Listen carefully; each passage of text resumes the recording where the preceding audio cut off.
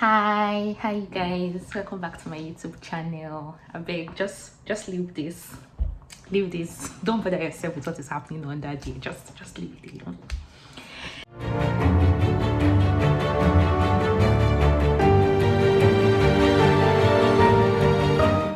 Okay guys, the other time we talked about choosing a school, choosing a course, getting admission, coming to the UK.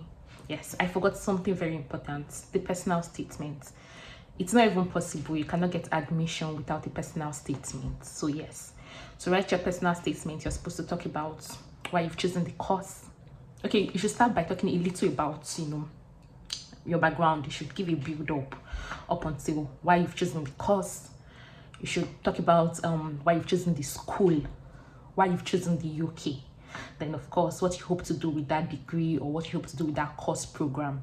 Yes, and you need to also be very careful and not exceed the length.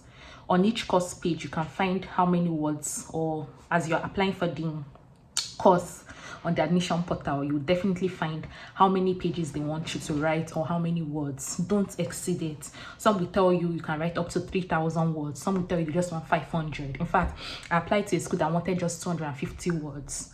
So don't exceed it, because that's the first clue that you know what you are doing. So please don't exceed it. Anyway, let's move to visa application. That is what we are here for: visa application and flight booking. So now for the visa application, I'm going to drop the link in the description box so you can check that out.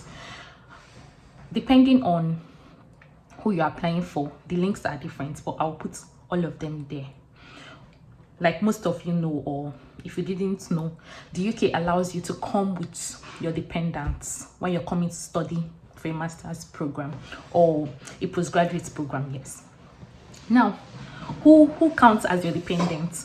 Your dependent is your spouse, your children, or an unmarried partner. Yes, it can be a civil partner. I've seen people that went with just boyfriend and girlfriend. As long as you can prove sufficiently that you guys are together and you people have been together for years, that works.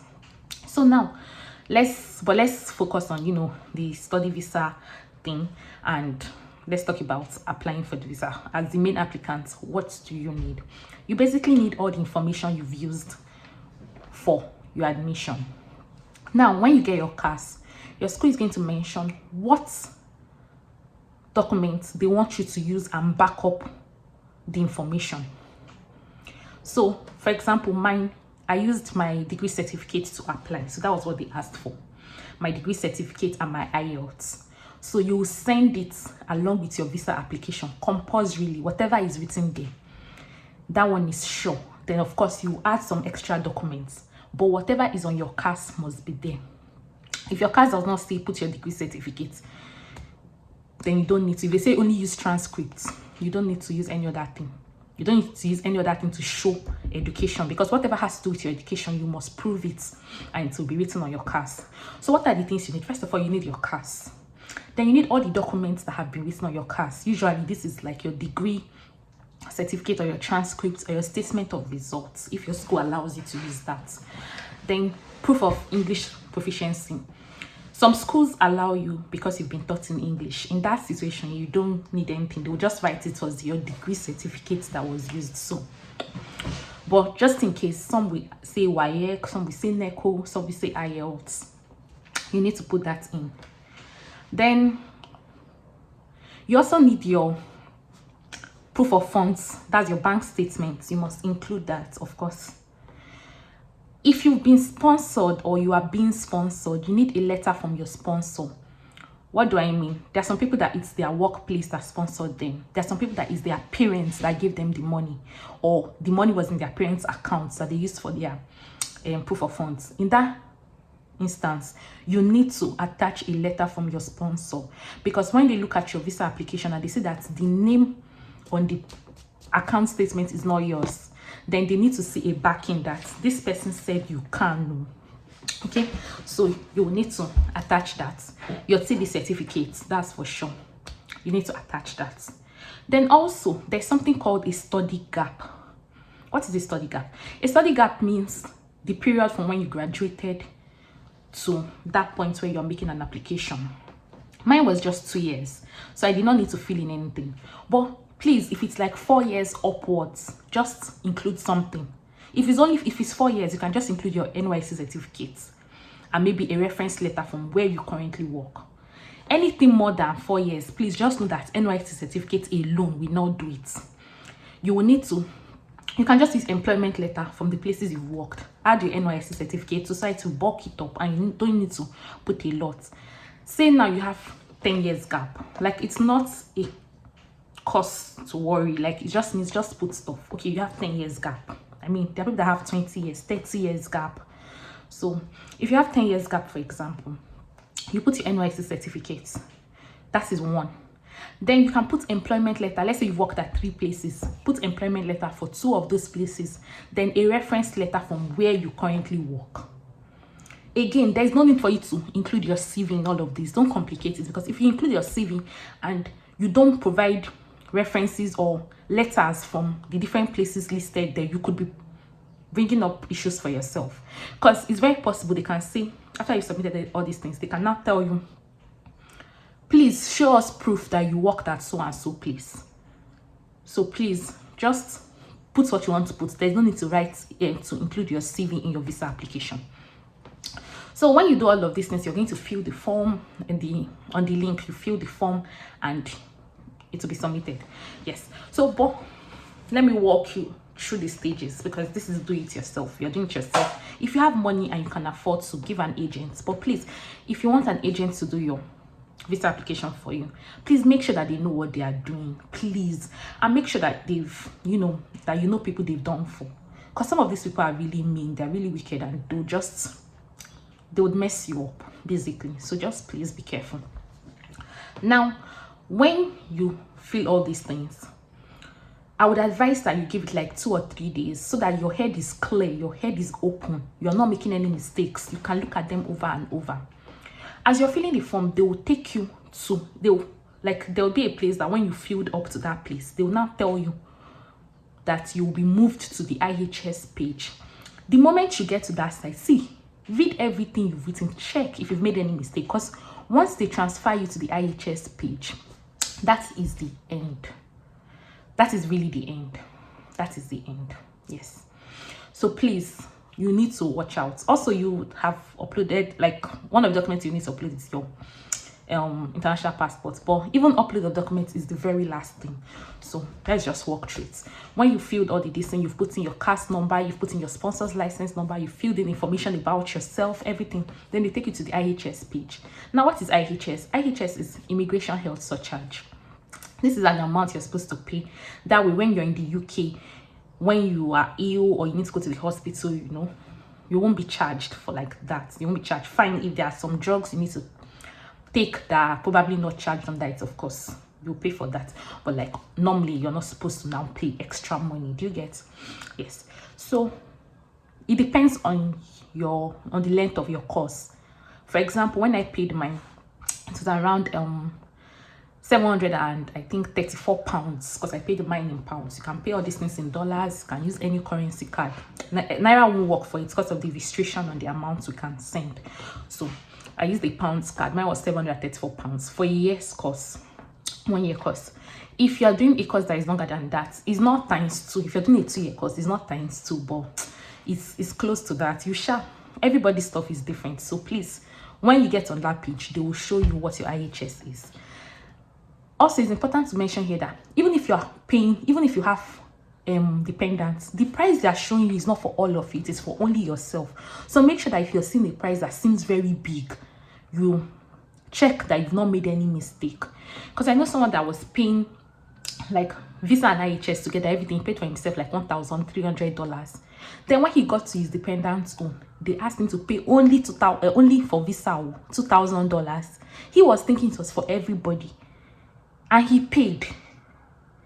Like, he was thinking it was for all the dependents together, so he paid. Meanwhile, when he got to the next person, so they still asked him for another money. So please be careful. If you notice something, that's why it's advisable that you finish your own as the main applicant first. Then if you notice any price difference that's large or like very big, you please check again that you've not made a mistake, because each person's application is different. Yes, they are connected to yours as the main applicants, but it is still different, so please be careful. Okay, so as I was saying, once you're done paying the IHS, they'll now move you to visa page. That's where it will tell you the amount of your visa, and you pay your visa fees, and you pay. Once you are done with that, you'll now be transferred to TLS. The TLS sites, TLS, they're the ones in charge of the visa application, whatever, for the UK. In Nigeria, yes.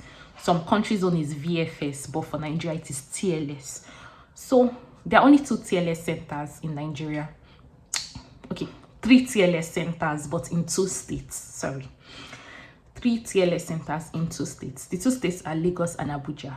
Abuja has only 1 center. I did mine in Abuja. For Lagos, there is VI and there is Ikeja. Lagos, Ikeja branch and Abuja don't have any extra charge for using them. But for VI, you will need to pay extra money. Yes, you need to pay extra money. This extra money you're paying is not for anything, no. It is not for anything at all. Like, you're paying that money just to use their center. So you want to be sure that you can afford to pay that money. Okay, as I was saying, for VI, it is £55. That's what it would cost you to use the center. So a lot of people always ask, what is this money for? It is not for anything. It's just to use their center. They probably do it to, you know, reduce the crowd that comes there. And then sometimes, because people are not usually open to paying that money, it is easier for you to get a closed date. Yes, sometimes so, because depending on the time you're making your application, it might not matter. Around the time I was making my application, people were still getting far dates in VI. It was not like before. Like now, if you're making an application for January, there's still time. This is November. Many people might not be ready yet, but by the time it enters that December, don't even try it. Like, if you're paying that money just for closed dates, then I would better advise you to go elsewhere and then pay for walking. Anyway, we'll get there. So on the TLS website, that is where you choose your center. Once you choose the center, it is the end. So don't say, I'm just testing something. Don't test anything, I beg. Don't test, just choose. Once you choose, that is it. You cannot change it. If you choose Lagos, you must now choose a center in Lagos. If you choose Abuja, there is no going back. So just be careful and choose what you want to choose and do it right. Yes. Now, once you've chosen this, you will now be moved to the date side. That's where you now choose what dates you want. You choose dates, you choose time. Please be careful. Don't choose times with 15 on them. Only choose 00 or 30. That's like, you can choose 9 o'clock, you can choose 8 o'clock, you can choose 10 o'clock, you can choose 9:30, 10:30, 11:30, 12:30. Please don't choose 8:15, 9:15, 10:15, because those dates are reserved for super priority visa. If you choose it, you will pay for the visa. Don't choose it. At a point, they were allowing people to, like, if you choose it and you go there and you beg them that is a mistake, they would ignore and allow you change it. But recently, around the time I even did, they were not allowing people do it in error. If you go there, you will pay that money.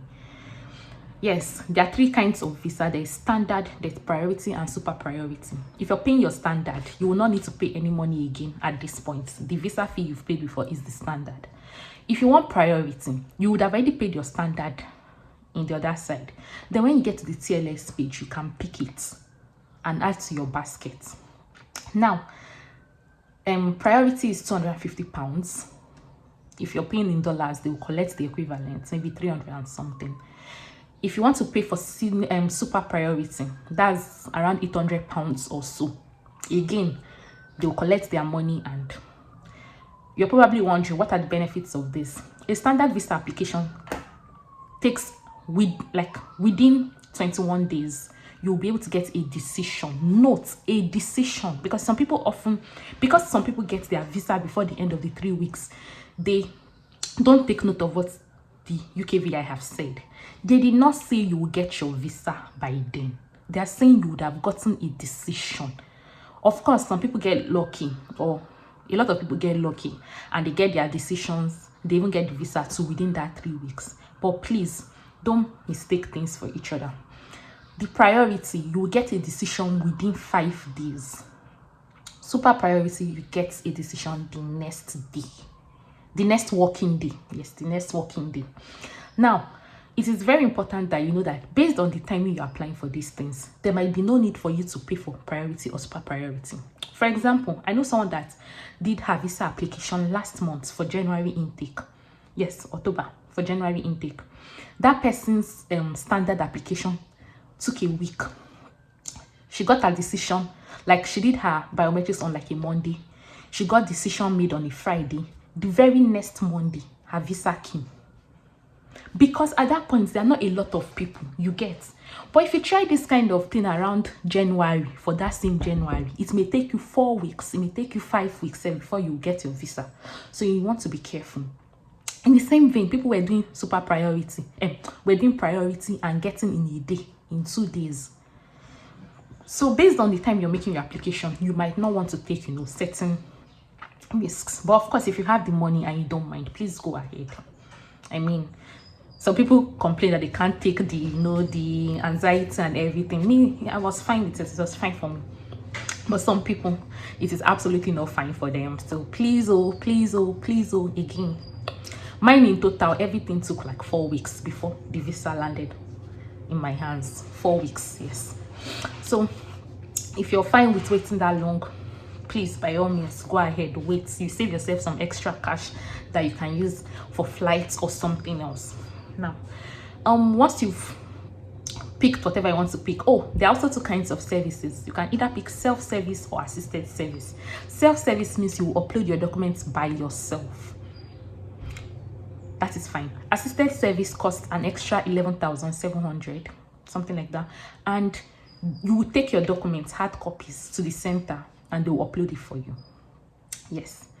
So if you're doing that one, that they're uploading for you does not mean they will tell you what you should bring. Because some people make that mistake. No, it is whatever you give them, they will upload for you. So just make sure that whatever your documents you're carrying there, you're carrying the correct documents. Because if you carry wrong documents and go there, they will upload it for you.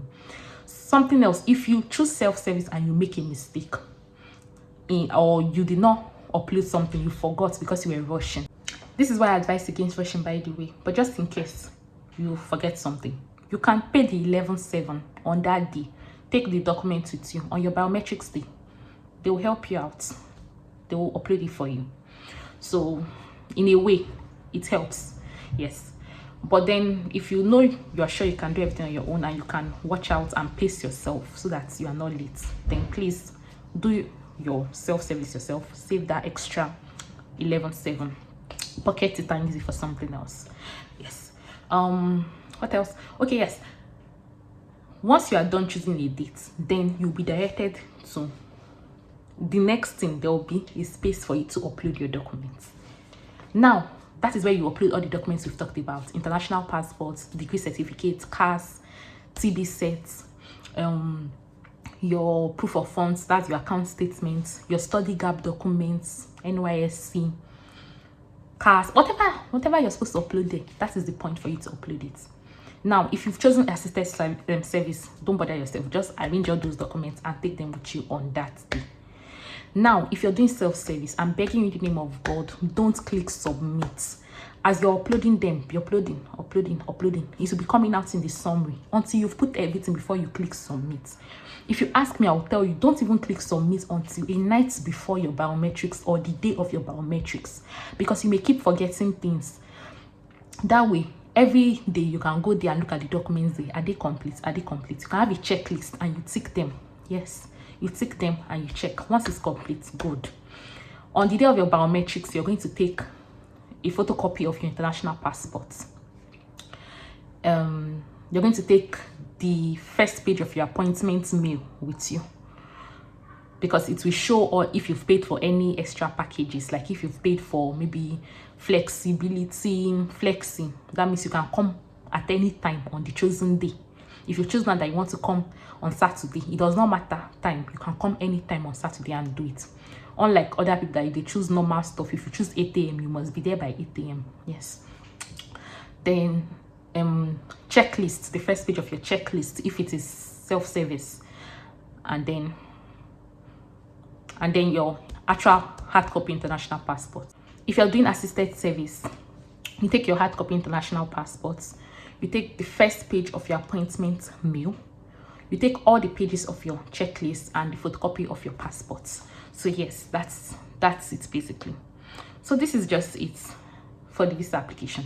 Again, I would reiterate, please be careful when you're filling your visa application, because if you make any mistake and you want to cancel, especially if you've already paid your visa fees and IHS fees at that point, if you say you want to cancel it, it will take them 28 working days to refund you.